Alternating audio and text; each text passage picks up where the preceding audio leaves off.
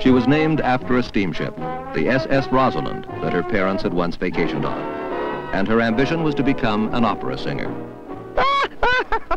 I have to laugh because my favorite criticism of my voice was when the critic said, her voice is like the Ambrose lightship calling to its mate.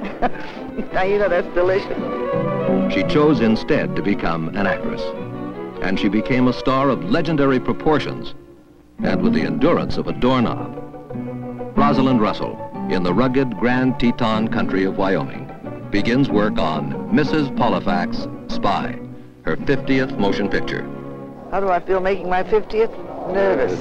She's one of Hollywood's most glamorous personalities and a rare kind of star, willing to let glamour take a back seat when the role calls for it. But picture making, even on location, is only one of many interests. I have a son, and I just love young people. I think they're great when they're not all, you know, ridiculous. We were kind of ridiculous too, and at least I was. I write, actually. That's what I love to do. She's a very real personality. I've worked with actresses who don't really know who they are. You know, and they're playing one thing one time, another thing another time. And they don't know who they are. They're playing an image of who they think they are. Roz knows exactly who she is. She is Rosalind Russell.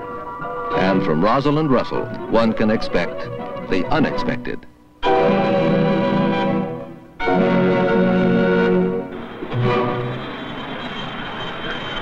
There was a time not too long ago when being a movie star meant working in the comforting confines of a Hollywood studio. Today, much of that has changed. Home and headquarters may still be Southern California, but shooting now takes cast and crew far afield in search of colorful and authentic locations. Where do you suppose we are? I'll tell you in code. Albania. Albania? Here we are in the Grand Tetons, one of the great sights of America. We're going to use the locale that makes it look exactly like the area which is around Kotor, which is northern Albania, where the picture takes place. Well, what we're doing here is making a film. When I say we, my husband and I, Frederick Bresson is producing it, and Leslie Martinson is directing it, and Darren McGavin and myself are starring in it. I've been working with goats this morning, down on my hands and knees, walking through a flock of 70 or 80 goats. This was an experience. I had my choice of sheep or of goats, and I chose the goats. I hope I didn't make a mistake. Come on. Are you okay? I would be if I had a gallon of water and a pint of Chanel No. 5. You know, in our business, we always say be careful of animals and children because they're great scene stealers.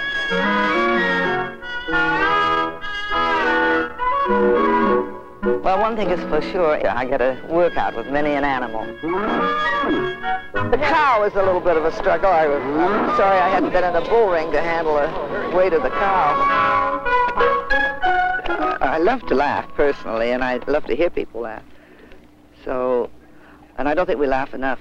I consider it a muscle, you know, that we don't use enough. Because we're all under pressures, tremendous pressures.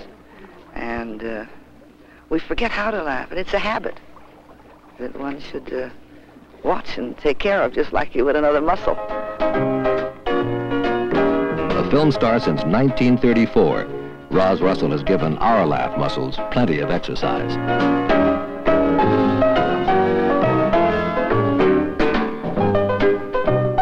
Having run the gamut from Lavinia in Morning Becomes Electra to the Reporter in Hills Girl Friday, or The Women, or Sister Kenny, or Rosie and Gypsy. Invited to those high-tone parties, they laugh at us. They don't. They do.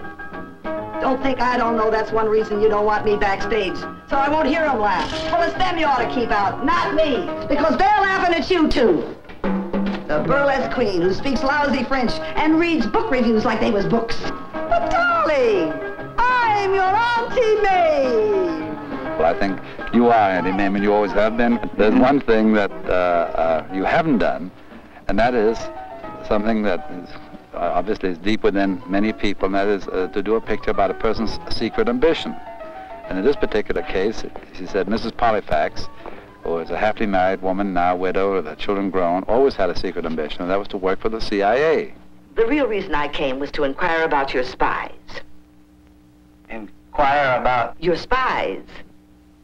Well, as a matter of fact, I believe they're all quite well. No, I didn't mean. I was wondering if you needed any. You see, I would like to apply for work as a spy. My only qualification... And she started the damnedest hardcore war you've ever known in your life. Now, Freddie, stop telling the entire plot. Mrs. Polifax, Spy, is one of Miss Russell's most physically demanding roles. The added problems of filming 10,000 feet above sea level only makes things tougher. Gentlemen, I'd like you to meet Mrs. Emily Polifax at 139 Charles Street, Montclair, New Jersey. That is correct, General, whatever your name is. I am a tourist from the United States of America, and I demand to know why you brought me here. Born into a comfortably well-off New England family, Rosalind Russell seems as out of place in the world of movie making as Emily Polifax is in Albania. And this is it where we are making our escape, Darren McGavin and myself, and that will account for a bit of my appearance. And we've been through all kinds of hazardous things.